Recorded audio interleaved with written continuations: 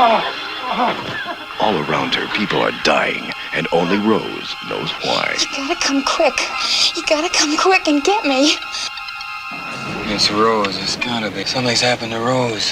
Health officials close outbreak. Health officials have said they consider the outbreak of the new strain of rabies as being potentially the worst of this century.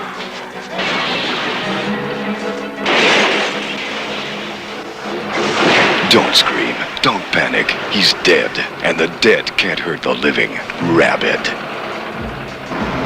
The Prime Minister was reluctant to officially declare a state of emergency, but as any citizen in the streets can tell you, martial law has come to Montreal. Over that way, please. Get that car. I'm sorry, sir. You can't go right through. I'm sorry, sir. Don't push Don't have a car now, please. Shooting down the victims is as good a way of handling them as we have got. Stop! Stop or shoot!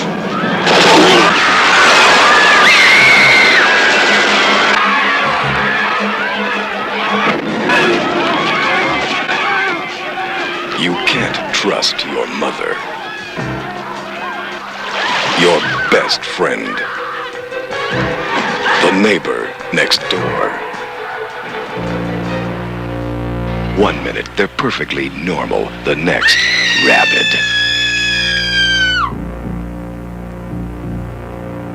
Pray it doesn't happen to you. Rabid.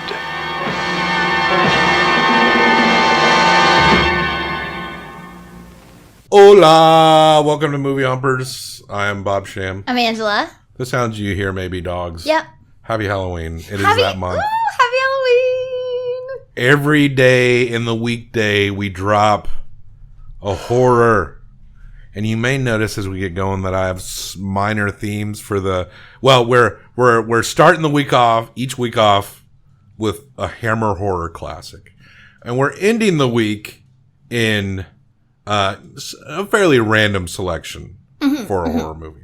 But in the middle of the week, Tuesday, Wednesday, Thursday, we got a little theme. So maybe you'll pick up on that.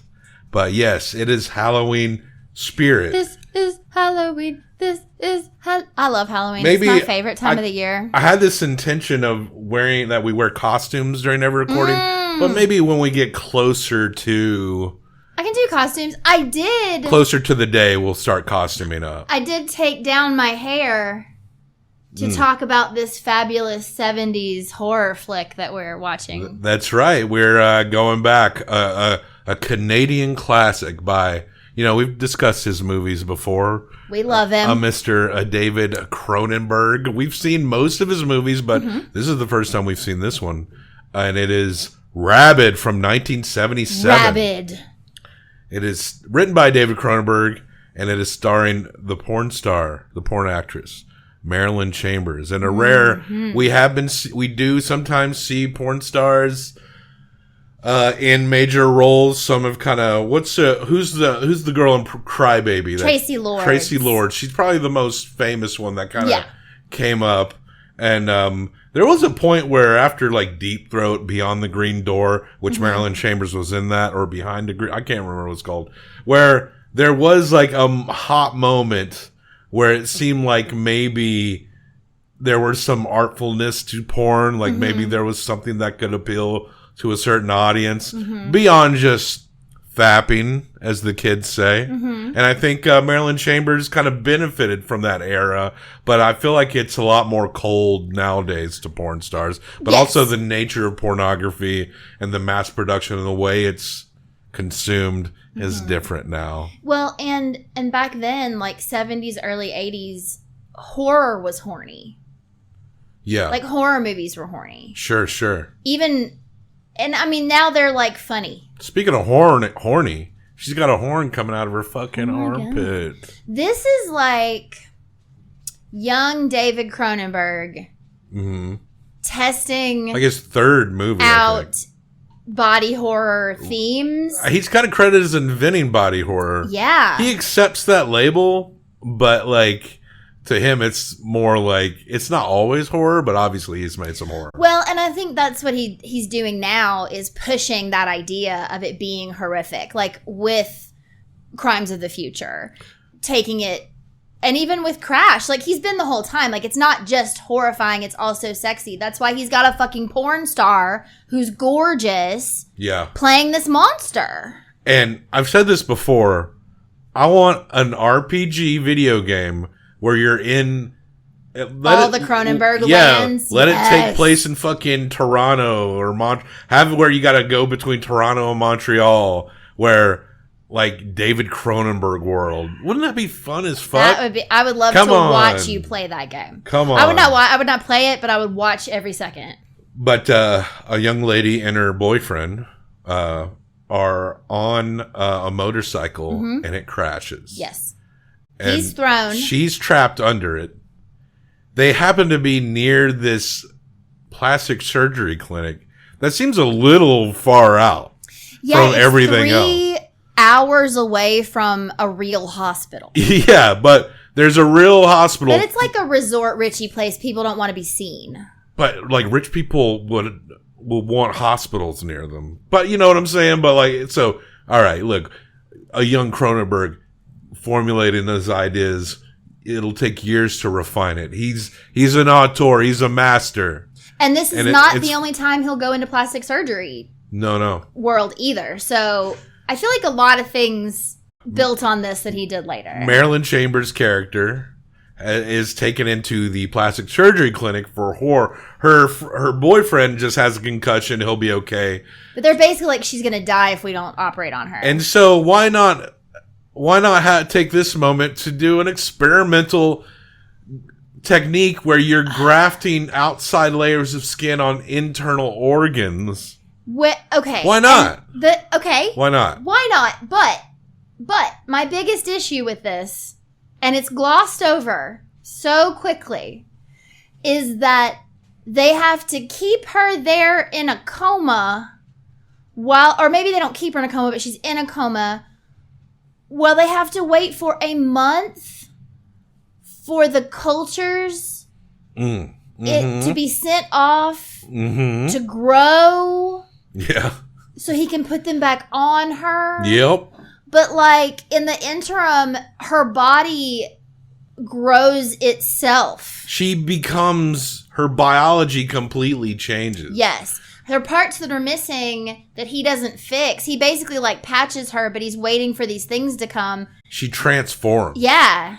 She becomes another being. The body becoming something else. That's something we've seen in Cronenberg movies over. He's been obsessed with that since the beginning.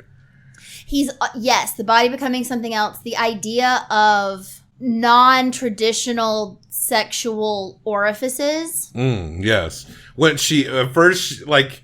I'm like holding my armpit because I can't stop thinking about it. Marilyn Chambers' character, it's like she's a vampire. She's driven by a hunger, a thirst. She doesn't really, Food makes her puke. She needs blood. It's really not her fault. Like it literally is not her fault. No, not at all. But she is just driven. So we see her like embrace like a male medical staffer. And, like, he starts to bleed. He's like, hey, what is that? Something sharp. At first, we think it's coming out of her torso. Or her breast, even. Or her breast. Because her breast is one of the parts that got hurt. And they mentioned it. But it turns out, like, it's coming out of her armpit. And we get close-ups of, like, it actually looks really cool. It looked like a asshole. It does. It looks like an asshole. It looks like an asshole with, like, a little barb coming out. And has and did you see that one time where it like had like it's almost like a dog penis? Mm-hmm. Like it had like a bigger bit that came out, but then like another little needly bit came out.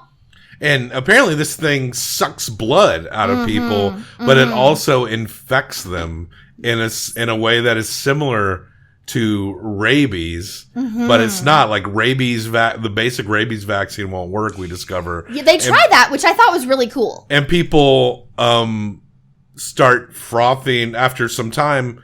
People will, after she like pierces people and infects them, they like wake up. They have no memory of what happened. Right. They don't know. And then a little bit of time passes and they become like what you would if you're in full blown rabies. You're just attacking people and biting people and then spreading it that way. Eventually you go into a coma and then you die. Yeah. Like the time from getting bit until death is like 10 hours, they said. But the damage that people are able to do in that short amount of time where they're rabid and just biting people makes this very quickly a very scary situation. Yeah. And they're talking about vaccines. They're giving people shots, like, and they even say, like, they don't know that the rabies vaccine is working, but they're giving it to people to try to do something. But then those people start getting it too. Her boyfriend, like, comes back and he's trying to find his girl. He was the most, like, non-person in this entire movie. He was very much a who cares I always about this guy argue with you about this. Like the people they love are important, but I didn't feel anything between these two people. He was not any good. Sorry. Yeah. Don't like him. Yeah, I agree. Didn't care. Marilyn Chambers' friend, who she meets in Montreal, like, I was more attached to her. That girl? Yeah, me too. Hey, that girl, fucking dime. Yeah. Straight up hottie. She does. Look, people may watch this because, like, man, I love Marilyn Chambers. Nah, her friend. Yeah, she's a cutie. Come on. She had something to work with. Yes. Eh? I really was crushing hard on that character. She was, yes. Also, the older guy that he's befriended, hot too, yeah. Not that he's hot. Oh, right. Yeah. I was just joking. Well, I didn't want you to go there because I was about to talk of a scene with him and a baby, so I didn't want you to go there. He's like a partner in the plastic surgery hotel. It is kind of like a hotel because rich people are there and they're in hot tubs and stuff.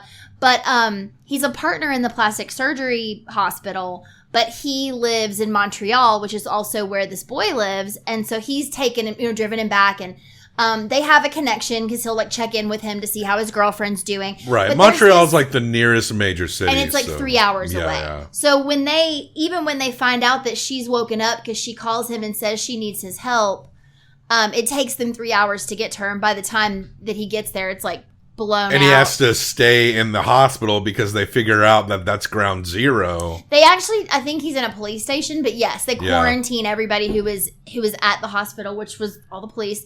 But what I was going to say is that older gentleman, I can't Our cat his is name. Like chasing a bug over here It's like very cute and distracting. Yeah. Like, don't mind us if we're just looking over. He's gone now. I don't know why we're still looking over there. Those are the two most personal people in this movie. The friend in Montreal and that business partner man. Because I don't even think he was a plastic surgeon. He just was, like, trying to get them to, like, franchise and stuff. Yeah. But this part where the guy calls him in the middle of the night to be like, hey, my girl called me. She says she needs help. Because she realizes that she's doing something bad, but she can't control herself. Mm-hmm. But she doesn't get to tell him what's going on over the phone. So he's like, I gotta go. Well, he calls this man. It's the middle of the night because he's up with a baby. Yeah. And the interaction between this man and this baby was cute. Fucking cute as shit. Like, at one point, he even looks at the kid and he's like, excuse me, I need to take this. And, like, picks up the phone and the baby's just this fat little cute. It was really sweet because it felt really real. Yeah, that part. It was nice. So many bit players were so much more compelling than the boyfriend. And I don't know why the boyfriend was cast, whatever, but Cronenberg's, I think, is always really good at finding moments for these smaller characters. Mm-hmm. Even if it's just an image in a certain way that you can't forget someone. Like, I won't bring it up a million more times, I promise, but in Crimes of the Future, the part where the boy's dad is, like, sawing into that girl's leg on the street. Yeah. I can bring up that picture of that girl in my mind. Like, it was such a stark, specific image. I just think Cronenberg's really good about, and this is him, this is early. I mean, there's some cool kill scenes in this movie, too, like classic horror. Like, here, above the picture above me here, we're seeing Marilyn Chambers slowly walk into this hot tub by this lady. Oh, yes. Who's getting ready for a plastic surgery treatment. That her dad keeps making her redo her nose because it looks too much like his nose. That was weird. What's going on in that family? Right. There's another part where... You look like my daughter. I have to change your face. She's barbing, like, we call it barbing. Oh, I like that. like a trucker who goes and loses his shit in a restaurant and starts attacking people. Because it doesn't kill anybody. She doesn't kill anybody. No. She doesn't even think she is killing anyone. That's and she true. knows this shit is happening, but she doesn't know it's because of her. She hasn't seen, because she She's runs. driven a thirst. Yeah, she's driven to thirst, but then she leaves these people and she assumes that they're fine, that she just like fed off of them. She does not connect this like zombie outbreak with what is happening to her. Mm-hmm. But she knows what she's doing, because there is a point where the friend who's taking care of her is like, you shouldn't go out, you should stay here. And she's like, I have to go out, I don't want it to be you. Her friend who's hotter than she is. And then her friend is so sweet and innocent and has no idea what's happening. And that scene was so great because she was like, it should be me. I'm your friend, I care about you. And she means it should be me taking care of you and responsible for you. But it's this crazy moment where she's trying to leave to not kill her friend. Her friend is being so sweet that she ends up staying and killing her friend. Yes, and that's when the boyfriend finally makes it to Montreal. But at this point, the whole scene is like she stabbed so many people in this movie. She goes into an adult theater. I thought maybe she'd see herself on a poster in there. That would have been cool. Because that's how back then, that's how you saw porn, right? You go into adult theater, you're like, is that Uncle Tony But over she there? wasn't a porn star in the movie. Not that we know of. She didn't play one, but I just thought it'd be funny to see herself on a poster. And then she goes into a mall where this guy's hitting on her and he's wearing these weird jack boots. But she doesn't even get a chance to barb him. Like the plague has spread to this mall, and like he actually gets attacked by a rabid zombie type. Yeah. Montreal, they're shooting people in the streets. They got people in quarantine outfits. They've got people in garbage trucks going around and picking up all the dead people because there's dead zombified people everywhere. And how does Marilyn Chambers die? Does her boyfriend end up shooting her, right? No, he did not kill her. What happened when she died was they were on the telephone. Okay. And she was like, he saw her kill her friend, or the aftermath. And he was like, it's you, you're bad, you're causing this. And she's like, no, I'm not. And she runs. Well, she then calls him and they're on the phone together. And she's like, listen, I just fed off someone. And I've locked the door and I'm going to sit here and I'm going to wait and I'm going to see, because he's not going to change, because it's not me. And he's not going to turn. Well, we all know what's going to happen here. And he turns and they don't show it, but he obviously attacks her. Yeah. I think they might show him lunge for her, but then the next time we see her, she is dead outside on the side of the street. And people in like hazmat suits pick her up and throw her in a trash truck. And squish it, and no one ever knows. And Montreal, to this day, is a zombified, rabid wasteland. The only person who lived, who knew what was going on with her, is her boyfriend. Yeah, the lamest character in the movie. The only one. The biggest tragedy was her friend dying, of course. It's too bad when someone that hot is gone. Yeah, the older guy's nice too. His baby. He didn't find his baby. Thank goodness we didn't see that. He found his crib bloody, and his wife was a zombie. Right. So yeah, there you go. Like a fun one. Yes, he died too. A fun one to see more like the primordial stew of the Cronenberg concept. Yeah. You know, it's interesting to see. Far from his best movie, but still kind of a fun one to sit through. And, you know, we hump movies. Yes. And you're going to give it 1 through 5. I'm going to give 1 through 5 combined for a Halloween hump fest. Mm-hmm. Best out of 10. This is Halloween. What do you give Rabid, Cronenberg's Rabid, starring Marilyn Chambers? Rabid, Cronenberg's Rabid, starring Marilyn Chambers. And also starring Susan Roman, my second wife. And also Susan Roman. Our wife. Our wife, yeah. She's definitely older now. Yeah. Go on. I'm going to go 3. That's what I'm feeling. That's what I thought. So we got a MFing 6. Hell yeah. That sounds right for this. That's a B. The only other 6 we got on our B tier, which is near the bottom, is Super Mario Brothers. This is better than Super Mario Brothers. Oh, come on. Definitely. No debate needed there. Better. Second from the bottom there for that B tiers, David Cronenberg's Rabid. Yeah. Fun enough. All right. Folks, we got so much more Halloween stuff this month. We'll try to keep these episodes a little shorter than maybe usual. Yeah. I think because there's a lot of content. It's a big content dump. So check the show notes for links and other places to find us. See you tomorrow. Death to all traitors. Death to all traitors.